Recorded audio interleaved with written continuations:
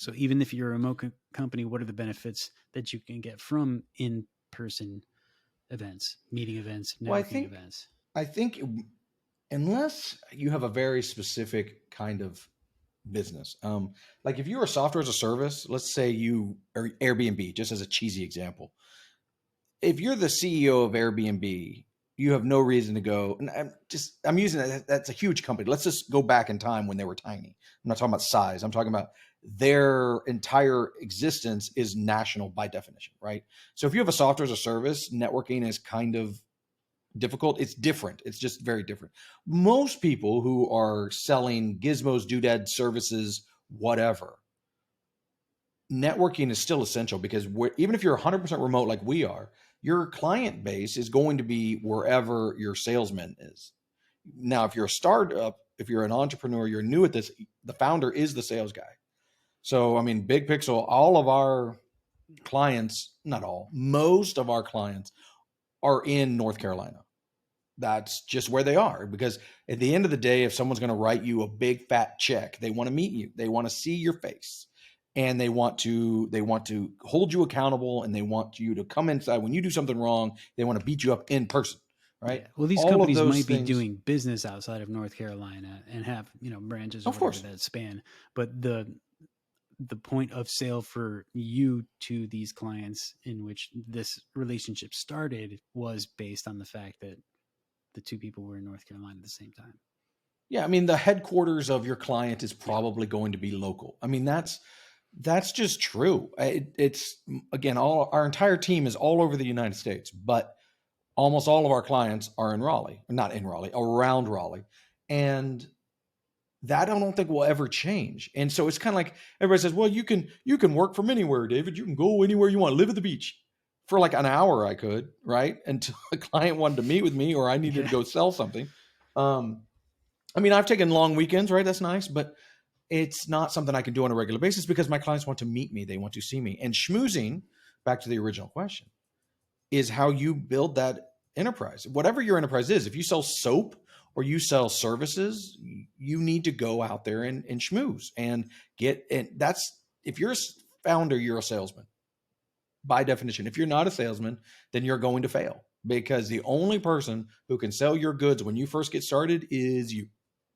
It's just that simple. You're it. So you got to get out there. And it's been weird because I've been on the bench for years now. I mean, a few schmoozers here and there, but pretty rare because of the pandemic and all of that. And part of it was I was busy, right? I was running the company. We had big clients that I had to go and take care of, and that kept me really busy.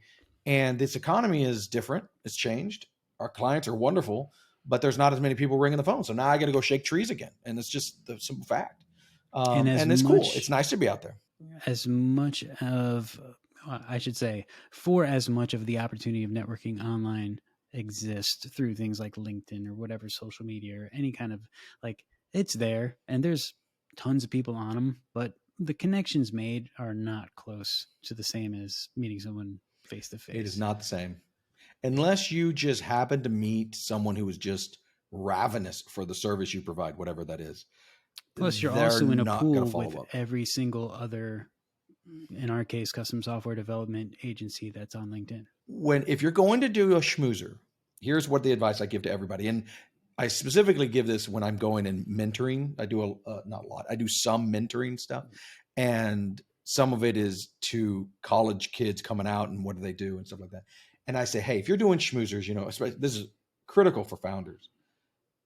Go in with the idea that you're going to have one good conversation, and that's how you judge success. Did you have one? And what do I mean by that? A good conversation is your target market or someone you can learn from. Finding another mentor is even better.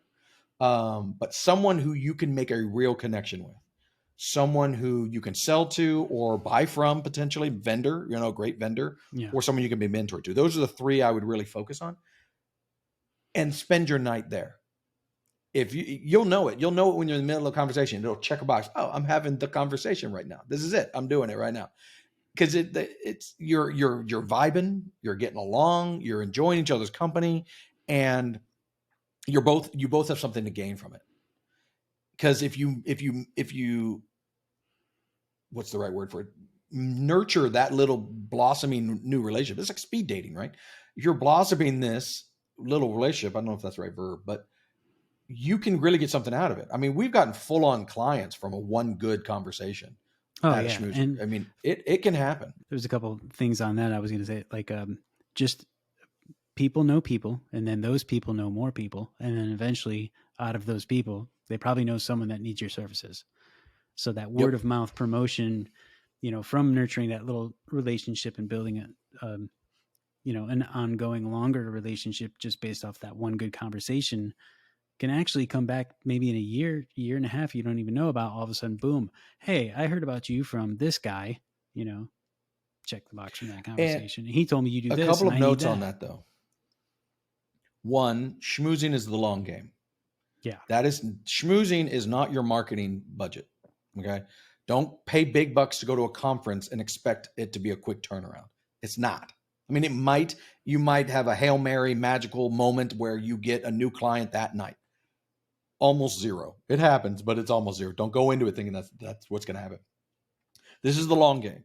You are getting your name out there, your brand out there. You're making connections. Like Gary was saying, that connection might lead to another connection. And in 8 months, that random phone call comes in. You have no idea why. He doesn't even tell you why. He just had a good referral from a friend of a friend of a friend.